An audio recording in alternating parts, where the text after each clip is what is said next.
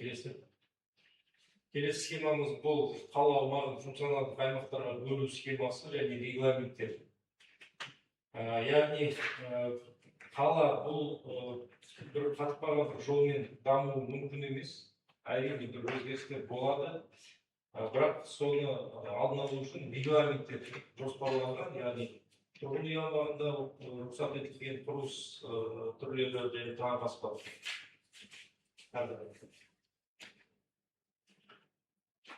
Көлік инфрақұрылымы бұл бас жоспардың және елді мекендердің өте үлкен бір саласы, себебі енді көше жол бұл қаланың тамырлары деп айтсақ болады. Егер көше жол инфрақұрылымы желісі дұрыс ұйымдастырылмаса, қала өте үлкен бір қиындықтарға ұшырауы мүмкін. Бұл жобаның көлік инфрақұрылымын дайындау үшін біз Беларусь Республикасының Минск қаласындағы мамандарын жалдадық. Яғни олар көпшілік тәжірибесі бар. Қазақстан аумағында бірнеше үлкен елді мекендердің жобаларын жасаған. Көлік инфрақұрылымын қарастыру үшін қала аумағы және іргелес жатқан ауылдардың аумағы 112 көлік аудандарға бөлінді. Соның негізінде жалпы көше жолды дамыту, жолаушылар көлігін дамыту, аялдама, көше жол тораптарын ұйымдастыру бойынша ұсыныстар қарастырылды. Келесі. Сол жаңағы Минскідегі мамандардың жұмыстарының нәтижесі. Бұл енді бас жоспардағы көлік көше жол инфрақұрылымын көрсететін негізгі сызба, көлік сызбасы.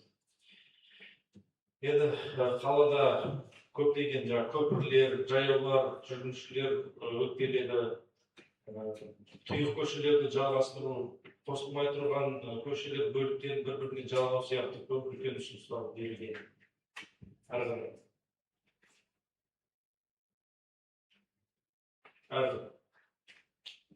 Келесі.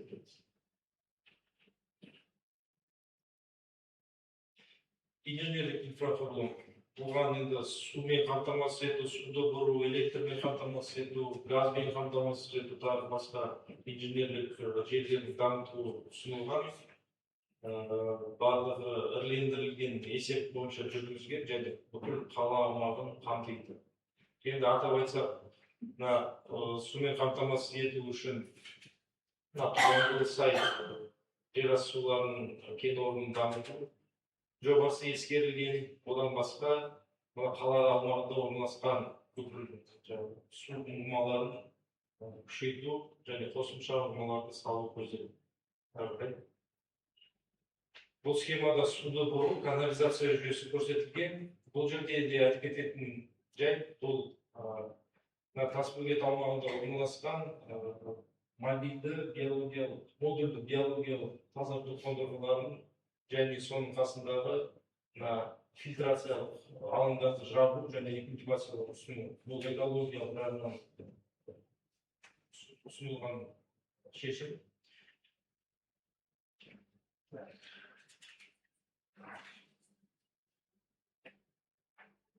Бұл электрмен қамтамасыз ету схемасы, яғни қала аумағында тоқ жетіспей тұрған жерлерде қосалқы станциялар және жаңадан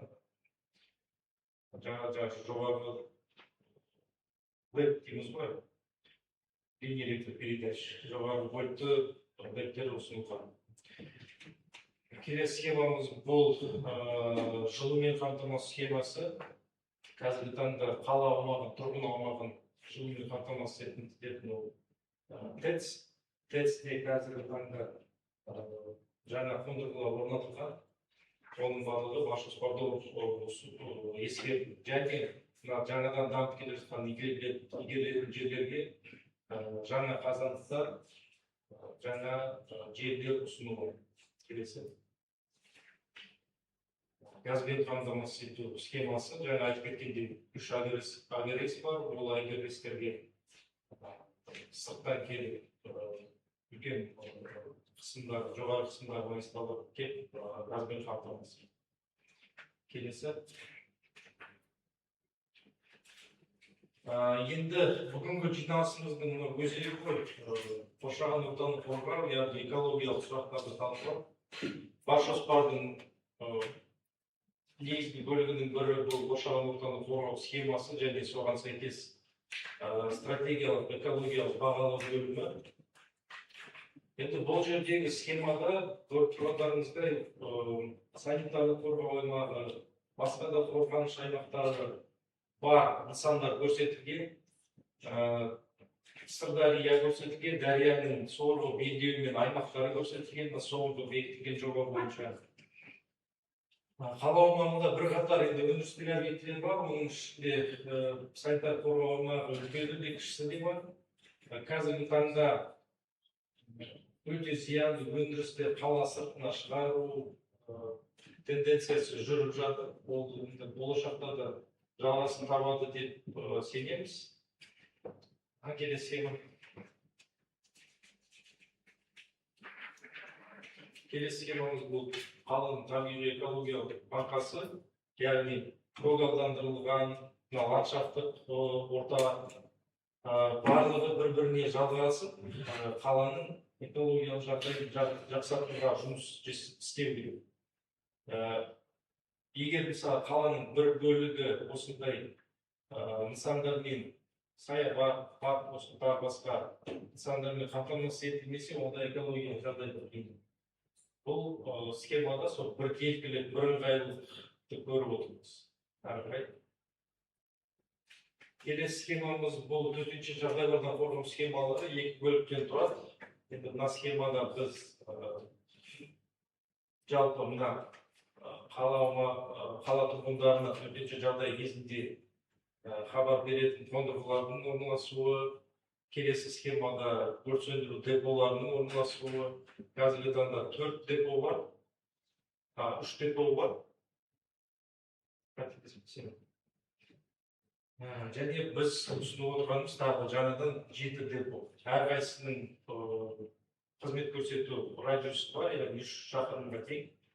Бұл жерде де көріп отырғандарыңыздай бүкіл қала аумағы өрт сөндіру депосының қызмет көрсету радиусымен қамтылған.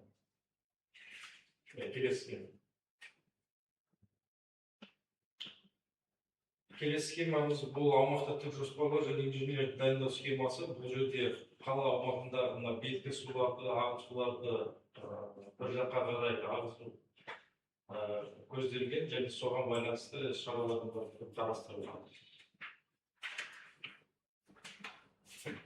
Енді жаңа айтып кеткендей экологиялық жағы, бас жоспардың экологиялық жағына кішкене нақтырақ тоқталсақ, жалпы кешенді жоспарлау қаланың 45 жылға дейінгі даму перспективаларын анықтайды. Енді уақыттарыңызды алмау үшін мен былай жалғылама айтып кетейін. Жалпы бас жоспар түгелдей бұл қаланың экологиялық жағдайын жақсартуға бағытталады. Бұл жаңа айтып отырған функционалдық аймақтандыруымызда көлік инфрақұрылымы, инженерлік инфрақұрылым, табиғи ландшафтты ескеру, бұның барлығы жалпы қаланың экологиясын жақсартуға бағытталды. Және бас жоспар аясында айтып кеткен жаңағы шараларымыз, әрекеттеріміз орын алды, яғни зираттар жабылды, су қорғау белдеуі мен аймақтары жобасы бекітілді.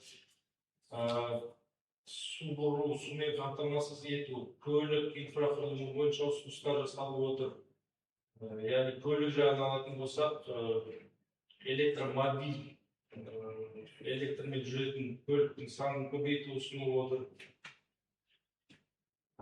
Су бұру бойынша жаңағы модульді тазарту станцияларын жабу, қатты тұрмыстық қалдықтар бойынша ол жаңа айтып кеткендей тек қана үйіп төгу емес, сол жиналған қалдықтарды сұрыптау, оны бөлу және қайта өңдеу көзделген. Ауаның тазалығын сақтау, ауаның тазалығын жақсарту бойынша ол өндірістік объектілердің көбісінің зияны азырақ немесе мүлдем зияны жоқ өндірістік бағыттарға ауыстыру